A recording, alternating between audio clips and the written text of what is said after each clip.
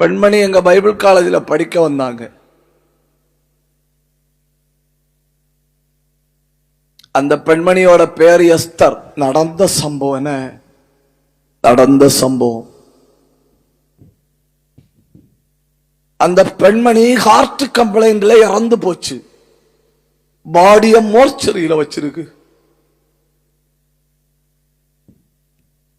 அந்த பெண்மணியோட புருஷன் மார்ச்சருக்கு வெளியே உட்கார்ந்து அழுதுட்டு இருக்கிறார். ஏன் அழுதுட்டு இருக்கிறார் தெரியுமா?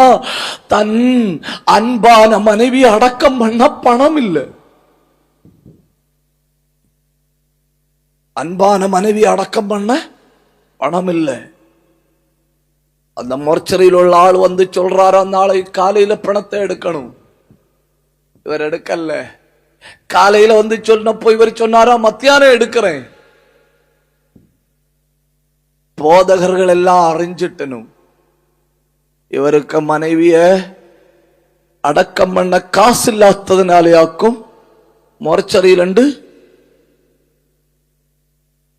இந்த மனுஷன் மோர்ச்சரிக்கு வெளியே அந்த படியில உட்கார்ந்து அழுதுட்டே இருக்கிறார். காசு நண்பர்களாகிய போதகர்கள் எல்லாம் ரெடி பண்ணிட்டனும். இனி அடக்கம் பண்ணலாமேன்னு சொல்லிட்டு மோர்ச்சரியிலிருந்து வெளியே எடுத்து கொண்டு வந்தப்போ அந்த பெண்மணியை கர்த்தர் உயிர்ப்பித்தார்.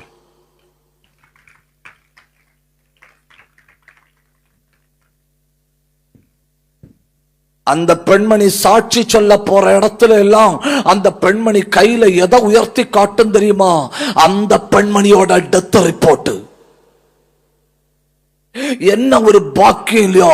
சொந்த மரணத்துக்கு சான்றிதழை கையில பிடிச்சு வச்சுட்டு இயேசு உயிர்ப்பிக்கிறவர்னு சொல்றது.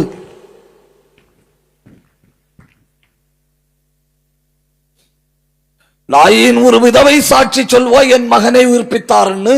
யாவீரு சாட்சி சொல்லுவார், என் மகளை உயிர்ப்பித்தார்னு. லாசருவின் வீட்டுக்காரங்க சாட்சி சொல்லுவோம், லாசருவை உயிர்ப்பித்தார்னு. இது அப்படி இல்ல.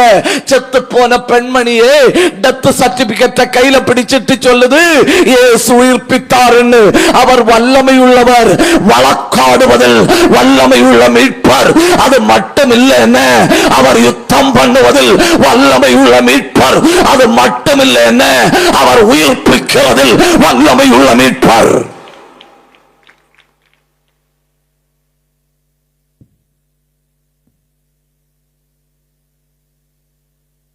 அஞ்சு வித மரணம். இந்த அஞ்சு வித மரணத்தில் இருந்தும் இயேசு உயிர்ப்பிக்க முடியும். நான்